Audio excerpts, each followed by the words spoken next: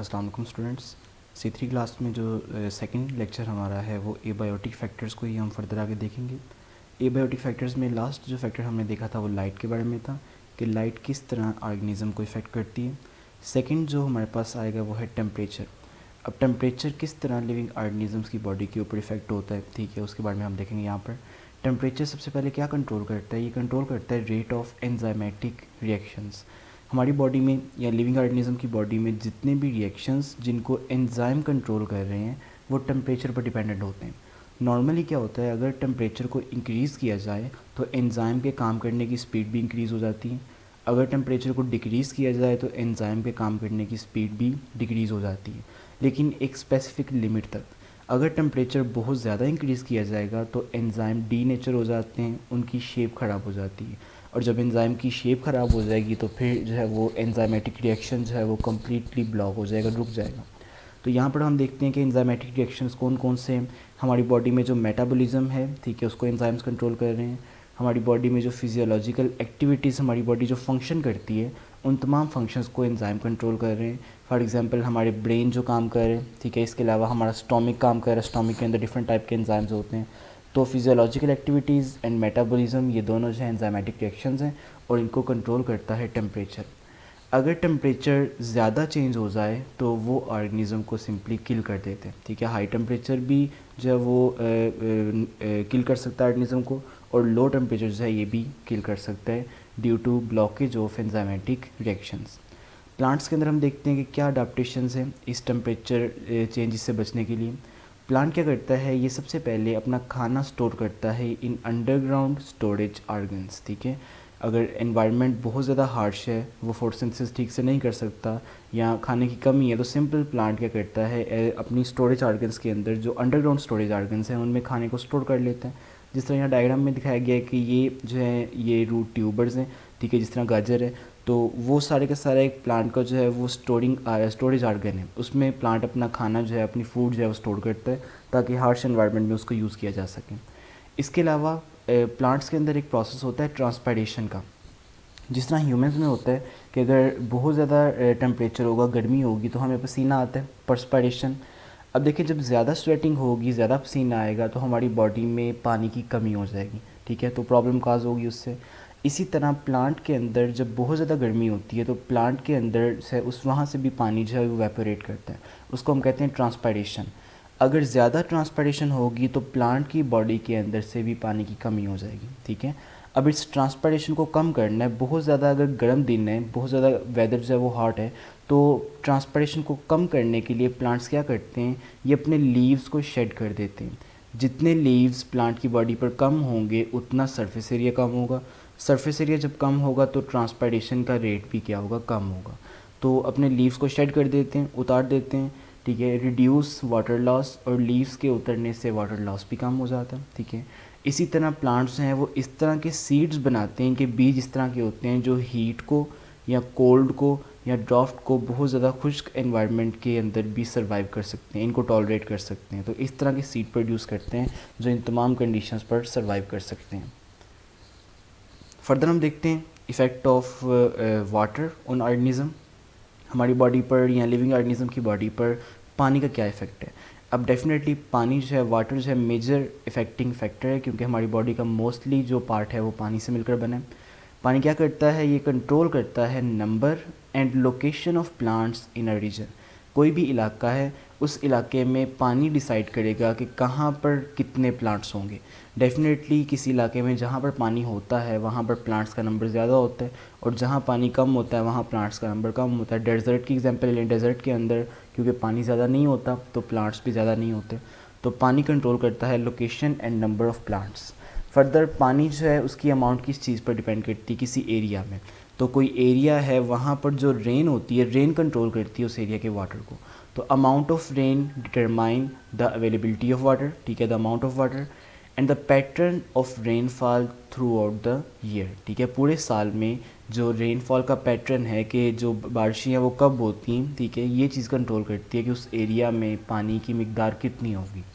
Further animals के अंदर हम अडाप्टेशंस देखते हैं, उनके अंदर वाटर के रिलेटेड क्या अडाप्टेशंस हैं।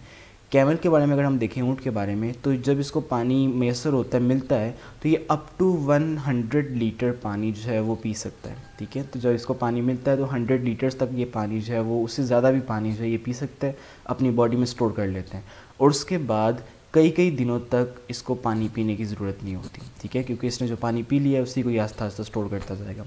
अब देखिए कैमल जो है वो डेज़र्ट में रहता है, डेज़र्ट में ज़्यादा पानी अवेलेबल नहीं होता, तो कैमल की ये अडाप्टेशन है कि उस एनवायरनमेंट में भी ये सर्वाइव कर सकता है पानी को स्टोर करके। जो एक्वेटिक एनिमल्स हैं, ऐसे एनिमल जो पानी के अंदर रहते हैं, ठीक है, उनके अंदर भी अडाप्टेशंस पाई जाती हैं। पहली अडाप्टेशन इसमें आती है गिल्स। फिशेस के अंदर ये जो एरिया है ये गिल्स हैं, ठीक है, जो रेड कलर के आपको नज़र आ रहे हैं। अब गिल का काम क्या होता है, जब फ़िश पानी में स्विमिंग करती है तो गिल्स पानी के अंदर से ऑक्सीजन को एब्जॉर्ब करने में हेल्प करते हैं। ठीक है, तो एब्जॉर्बिंग ऑक्सीजन, जब पानी इन गिल्स के ऊपर से गुजरता है तो पानी में से ऑक्सीजन को एब्जॉर्ब कर लिया जाता है। इसी तरह एनिमल्स के अंदर स्पेशल स्ट्रक्चर होते हैं जो पानी में उनको स्विमिंग करने में हेल्प करते हैं। For example frog. अब फ्रॉग के जो पाँव हैं इनके दरमियान में झिल्ली होती है, ठीक है, इसको हम कहते हैं वेब्ड टोस। तो ये जो झिल्ली है ये फ्रॉग को पानी में तैरने में हेल्प करती है। इसी तरह जो फिशेस हैं इनके फिन्स होते हैं, ठीक है, वो फिन्स हैं फिशेस को पानी में तैरने में, स्विमिंग करने में हेल्प करते हैं। फर्दर हमारे पास प्लांट्स के अंदर अडाप्टेशंस देखते हैं। ठीक है, पानी के लिहाज से हमने एनिमल में अडाप्टेशंस देख ली। नेक्स्ट हमारे पास आता है प्लांट्स के अंदर। अब प्लांट दो तरह के होते हैं, first one is xerophytes and second one is hydrophytes. Xerophyte ऐसे प्लांट होते हैं जो ड्राई कंडीशंस में रहते हैं, ठीक है, डेजर्ट वगैरह या ऐसा एनवायरनमेंट जहाँ पानी बहुत ज़्यादा कम है, ठीक है, बहुत कम मिकदार में मौजूद है, तो वहाँ पर रहने वाले प्लांट्स को हम ज़ीरोफाइट्स कहते हैं। और ऐसे प्लांट जो पानी के अंदर रहते हैं या पानी के नज़दीक रहते हैं उनको हम हाइड्रोफाइट्स कहते हैं। जो ज़ीरोफाइट प्लांट्स हैं, ठीक है, अब इनको पानी ज़्यादा अवेलेबल नहीं होता तो इनकी अडाप्टेशंस देखते हैं। ये अपनी ट्रांसपायरेशन के रेट को रिड्यूस कर देते हैं, और पीछे हम पढ़ चुके हैं ट्रांसपायरेशन के रेट को किस तरह रिड्यूस किया जाता है, बाय शेडिंग देयर लीव्स। जितने लीव प्लांट की बॉडी पर कम होंगे उतनी ट्रांसपायरेशन भी कम होगी, ठीक है, क्योंकि सरफेस एरिया कम हो जाता है तो ट्रांसपायरेशन भी कम हो जाती है। यहाँ पे रिड्यूस लीव्स टू स्पाइन। इन प्लांट्स के लीव्स नहीं होते बल्कि लीव्स की जगह छोटे छोटे कांटे होते हैं। जिस तरह कैक्टस है तो कैक्टस के ऊपर ज़्यादा नुमाया लीव्स नहीं हमें नज़र आते, सिर्फ कांटे जो है वो नज़र आते हैं। तो दो अडेप्टेशंस हैं, या तो अपने लीव्स को शेड कर दें या फिर लीव्स की शेप चेंज हो गई है, वो कांटे की तरह के, स्पाइंस की तरह के लीव्स हैं। इसके अलावा ज़ीरोफाइट्स की जो स्टेम है वो पानी को स्टोर करती है, ठीक है। यहाँ देखें कैक्टस की जो बॉडी है, जो इसकी स्टेम है, ये ज़रा फ्लैशी है, ठीक है, थिक है।